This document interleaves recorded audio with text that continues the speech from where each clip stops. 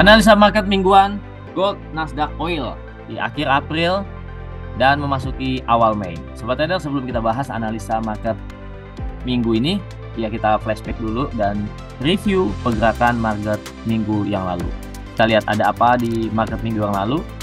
Ya, kita lihat bahwa minggu yang lalu adalah ada data GDP, AS, dan juga data Core PCE. Ini data yang penting ya, dimana data ini berkebalikan, dimana advance GDP terjadi penurunan ya, mengecewakan sebenarnya karena previousnya aja sudah turun ya, maksudnya dibandingin preview sudah turun dan lebih rendah daripada forecast. Dan untuk Core PCE atau inflasi hari Jumat kemarin, angka masih sama seperti previous sesuai dengan perkiraan. Kita lihat. Nah, sobat traders, kita ulas ya pergerakan atau data minggu lalu tentang inflasi karena ini penting banget. Inflasi AS di bulan Maret kita lihat. Jadi untuk bulan Maret ini ada data yang dirilis pada minggu ini minggu lalu dan 2 minggu yang lalu. Untuk CPI data yang dirilis 2 minggu yang lalu untuk bulanan 0,4 dan untuk tahunan year on year ada kenaikan 0,3% dari 3,2 menjadi 3,5%.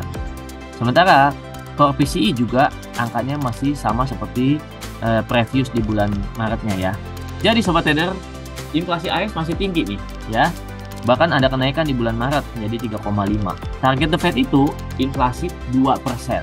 Artinya masih jauh dari target. Kalau masih jauh dari target, masih dibutuhkan suku bunga tinggi. Bisa jadi The Fed tidak akan buru-buru menurunkan suku bunga.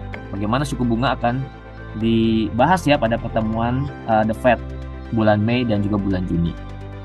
Oke, kita review sedikit. Gold mengalami penurunan 400-an pip, Nasdaq 657 poin, dan USD Oil naik 156 pips. Oke, kita lihat minggu depan ya. Fokus market itu adalah ke Amerika saja ya. Kita lihat ada dua, yaitu FOMC meeting pada tengah minggu ini, yaitu The Fed kemungkinan tidak ada perubahan suku bunga, masih ditahan 5,5%. Oke, lalu data non-farm payroll perlu diperhatikan hari Jumat turun ya prediksinya dari 300-an menjadi 200 ribuan. Nah sobat traders, ini menjadi fokus nih FOMC meeting ya. Memang tidak ada perubahan suku bunga untuk minggu ini, tapi sobat trader bisa dilihat ya, kalau di Mei ini besok ya hari Rabu memang tidak ada perubahan, itu jelas ya. Dari sebelumnya memang sudah diprediksi nggak ada penurunan suku bunga di Mei. Tapi sobat trader kalau perhatikan 3 bulan ke belakang ya, banyak traders yang meyakini bahwa suku bunga akan turun atau diturunkan di bulan Juni pada pertemuan Juni ya. Tapi kita lihat sekarang di data CME ini, saya diambil di CME Watch Tool ya. Ternyata pada bulan Juni udah berubah sobat trader ya. Kita lihat bahwa keyakinan untuk penurunan suku bunga ternyata hanya tinggal 9,7%. Tadinya ini diagramnya justru yang paling besar. Sekarang yang di survei ya, mereka lebih banyak yang menjadi pesimis ya bahwa suku bunga akan turun. Jadi masih hold di bulan Juni. Ini artinya apa? Kemungkinan gold akan ada koreksi lanjutan. Oke sobat trader, kita bahas di MetaTrader. Oke traders, ini adalah gold ya, ini ada gold. Untuk daily kita lihat bagaimana pada minggu yang lalu sobat traders. Pada hari Senin ada Morobuzu bearish ya. Ini adalah respon market atas kejadian di minggu sebelumnya ya, di akhir pekan yang lalu, bahwa tidak ada aksi balas-balasan lagi dari Iran kepada Israel sehingga geopolitik mereda ya. Kalau geopolitik mereda, aksi safe haven juga mereda ya, aksi beli safe haven. Jadi orang kembali menjual safe haven yang sudah mereka beli sebelumnya, yang membuat harga emas rally. Kemudian aksi jual safe haven cukup besar dan sempat turun ke bawah 2.300 ya di 2291. Tapi harga close daily masih di atas 2300. Ini membuktikan memang masih bertahan di atas 2300. Sepertinya konsolidasi menjelang Fed meeting ya. Nah, sobat trader, dari harga tertingginya ya 2217 ke harga low-nya di 2291, kita lihat pakai grafik pakai Fibo ya, Fibo retracement, dan lihat sini ya 50%-nya adalah 2354. Jadi retracement-nya juga dari setelah turun naiknya ke tahan ya di bawah 2354 dan kemudian agak turun ya. Jadi kita lihat ya, ini adalah higher high, kemudian ini turun jadi lower high, ini jadi lower high lagi. Nah, sementara low-nya juga lower low dari low sebelumnya. Oke, sobat trader, kemungkinan menurut analisa saya gold cenderung koreksi turun atau bearish. Jadi kita cari peluang untuk sell ya, karena kita lihat harga sudah membentuk struktur ya, struktur koreksi bearish ya. Lalu ini naik lagi juga sedang membentuk mencari high baru. Nah, kalau high-nya di bawah high sebelumnya berarti kan ini bearish juga ya. Jadi kita bisa cari harga untuk open atau untuk entry sell itu kemungkinan di harga sini 2339 sampai 2350-an. Ini merupakan area untuk sell sobat trader ya. Ini adalah area untuk sell. Oke.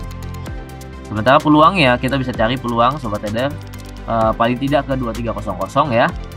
2300 di break bisa mencari posisi lagi untuk sell lagi ya. Kemungkinan kita bisa cari di mana ada pantulan-pantulan harga bisa menjadi support ya. Setelah ini kemarin 2305, kita lihat di sini di 2270 kemungkinan bisa menjadi area atau target baru apabila 2300 ini ditembus. Oke sobat trader, kita ke Nasdaq. Kita lihat Nasdaq ya. Nah, di sini saya sudah membuat mapping memang ya. Jadi Nasdaq ini terjadi koreksi turun dari rally bullishnya jangka panjang ya. Dan kita lihat ada koreksi selama 1 bulan ya, dari awal April atau bahkan dari akhir Maret. Dan kita lihat pakai Fibonacci retracement dari swing high ke swing low-nya, harga akan naik ke Fibonacci retracement minimal 50 ya. Tapi bisa juga di atas 50 atau yang namanya area golden area ya. Dan kalau koreksi naik berarti ini adalah harga atau zona premium ya. Dan zona premium adalah area yang disarankan untuk mencari peluang atau posisi sell. Jadi Nasdaq bisa open sell di area 17.900 sampai 18.09. Itu adalah area untuk mencari posisi sell ya. Silakan bisa mencari posisi sell untuk sekali entry 100 poin ya. Setelah itu 100 poin lagi gitu ya sobat trader, bisa mencari peluang sih. Sementara untuk stop lossnya di atas 61,8. Jadi ini sudah cukup bagus ya untuk mappingnya buat Nasdaq. Kemungkinan masih akan melanjutkan penurunan karena minggu yang lalu ini adalah koreksi naiknya saja. Oke, kita ke USD Oil. USD Oil ya sempat menanjak naik ya sobat trader, apalagi karena tensi politik di Timur Tengah memanas ya, sempat naik. Tapi kita lihat harga masih tertahan di bawah zona supply ya. Kita lihat kemarin penurunannya pada minggu yang lalu juga tertahan di 80 ya. Artinya masih ada peluang untuk naik buat oil ini sobat trader. Kita lihat peluangnya sampai ke berapa. Nah, di sini adalah target naik yang terdekat ya sobat trader. Oke, paling tidak di sini sekitar 8. Oke, kita 8450 ya. 8450 sini sampai ke 85.